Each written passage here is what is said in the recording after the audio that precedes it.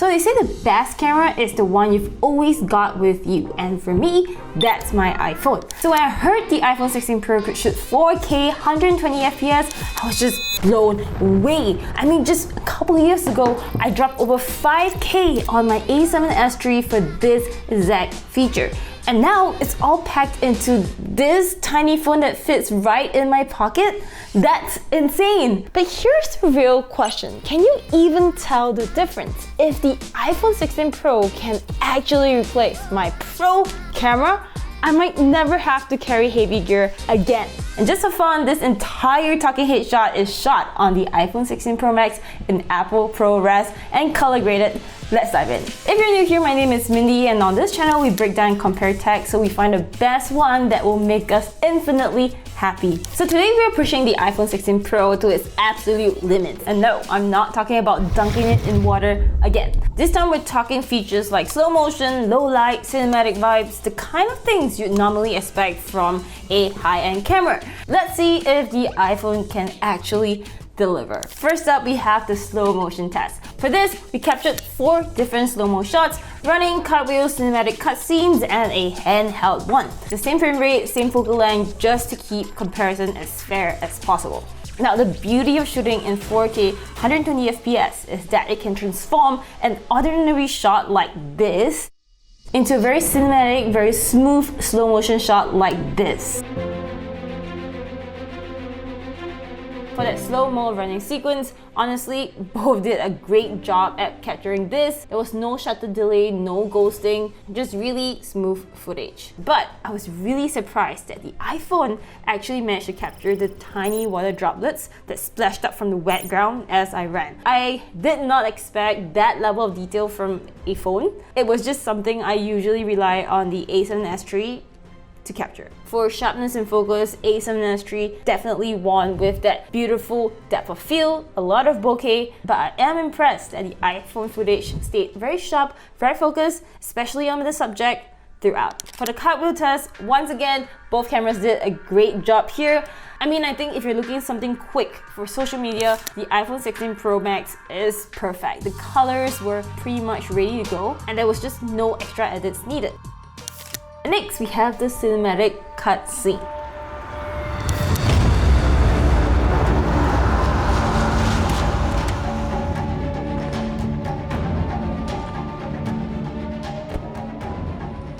For such a small setup, the iPhone delivered. I shot in log for both of them and then color graded them in Final Cut Pro. Shooting in log on the iPhone was very amazing because it retains a lot of details, which gave me full control over color grading on Final Cut. And that's just so important if you're looking to create something of a cinematic feel. And I feel like if I spend a little bit more time color grading this, I can get a look that's very similar to the A7S III. The only downside is that this eats up a ton of storage. And if you're planning to shoot this way, I would recommend hooking up an external SSD or SD card for more storage. Just for fun, I decided to put the iPhone 16 Pro Max to the ultimate slow-mo test. No gimbal, all handheld shots, and I just want to see how stable it would be after I slow it down in post. I expected a lightweight setup like the 16 Pro Max to struggle with stability when handheld, but once I slowed the footage down, it was buttery smooth. Way better than what I anticipated. Now, you'd think the A7S III, being a much heavier pro-level camera, would fare better, right? But surprisingly, that was not the case. Most of the A7S III footage came out pretty shaky even after slowing it down in post. Only a few shots made it, and this is quite a bit of an eye-opener. But don't get me wrong, the A7S III wins hands down when it comes to crispiness and bokeh. The iPhone just can't replicate that creamy cinematic depth of field, but for an on-the-go kind of setup, this iPhone is pretty damn close. What do you think? Is the iPhone closing the gap here? But that being said, if you want buttery smooth footage and don't want to rely on 4K 120p for stabilization, a gimbal is the way to go. I tested the 16 Pro Max with this gimbal that Jiyun sent over. It was super easy setup, just had to balance one part and it was all good to go. Plus, this entire setup is way lighter than using the A7S III itself or a gimbal with the A7S III. With this gimbal, it was so easy to create fun shots like the rotating ones, which honestly gave me quite a bit of a headache when I was looking at it in post, so I don't know if I'm using it right. And if you want to check this gimbal out, links are below. Moving on to the low light test. Imagine this, you're in a super dark room and then you grab your phone, snap a photo of the amazing bird and it looks great, bright, detailed, like you're in a well-lit room. But then you switch over to video and suddenly everything is grainy, bad, noisy. What happened? Well, that's because photos and videos play by very different rules, especially in low light, which is why we're testing both of them separately. For photos, we can use tricks like long exposure, where the camera takes its own sweet time to gather as much light as it can to make even the darker scene look bright and clear. The iPhone managed to capture a decent amount of details, but there was definitely noticeable grain. The A7S III was also quite grainy, but overall it feels like it maintained a higher image quality, mostly because of that beautiful bokeh effect. But obviously, with the lights on, both performed much better. The A7S III still did better in producing a natural, beautiful bokeh, whereas the iPhone still struggles to match. When we zoom into Grid's head, we can kind of see that the background separation is still lacking on the 16 Pro, whereas on the A7S III at f2.8, it just offers a much better background separation. It looks more professional, more cinematic. But here's where things took a turn.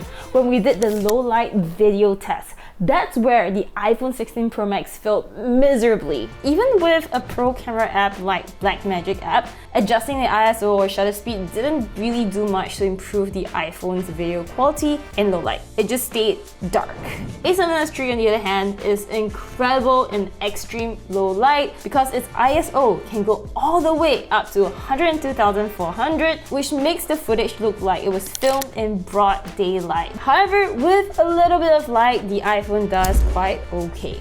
The background blur isn't quite as smooth, as natural as what you see with the A7S III, and the final details gets lost. So if you are serious about shooting in the dark, it's your career, the A7S III will give you that professional cinematic look every single time.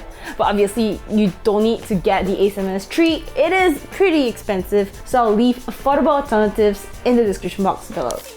Next, let's chat about the new 48 megapixel ultra wide lens on the iPhone 16 Pro Max. I use this all the time for epic landscape and to replace my selfie camera. So when Apple upgraded it from 12 megapixel to a massive 48 megapixel, I just could not wait to see the difference.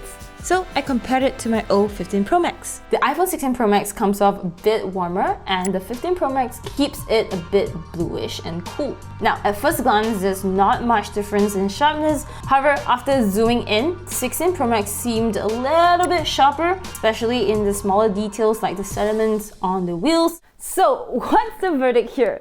Well, the new 48 megapixel ultra wide lens on the iPhone 16 Pro Max is a nice upgrade. It's a nice spec bump. Honestly, most of the time I still can't tell the difference between the 12 megapixel and the 48 megapixel photo. Both still looks like an iPhone photo to me. So if you're thinking to upgrade your iPhone just for this feature alone is just not worth the upgrade. Now, the big question, portability or quality? This is an age-old debate, something I'm still answering myself because there's been so many times when I'm out and about and something amazing happens. In those moments, the 16 Pro would be unbeatable. It's just literally in my pocket, and with a quick swipe, I'm capturing that moment instantly. There's no need to fumble around my backpack, no setup time, no lens swapping, just pure convenience. And that is a huge win for those of us who just want to capture life as it happens. But the iPhone's real strength isn't just convenience, it's versatility. With a single tap, I can go from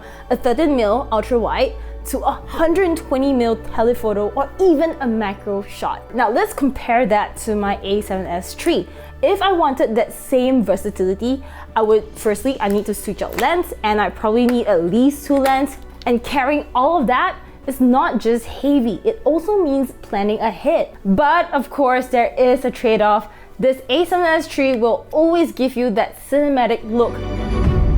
I mean, I still remember taking photos in Yarra Valley with my A7C and a 50mm f1.2 lens, and the results were just magic. The subject was sharp, the background just melted away, and the sun rays just glistened like a Twilight movie. And that's the kind of look that the iPhone just cannot copy. Who should get what? Should you get this or should you get the iPhone? Well, if you're someone who loves portability and loves being able to capture moments instantly, the iPhone 16 Pro is unbeatable. It's versatile, effortless, and always in your pocket.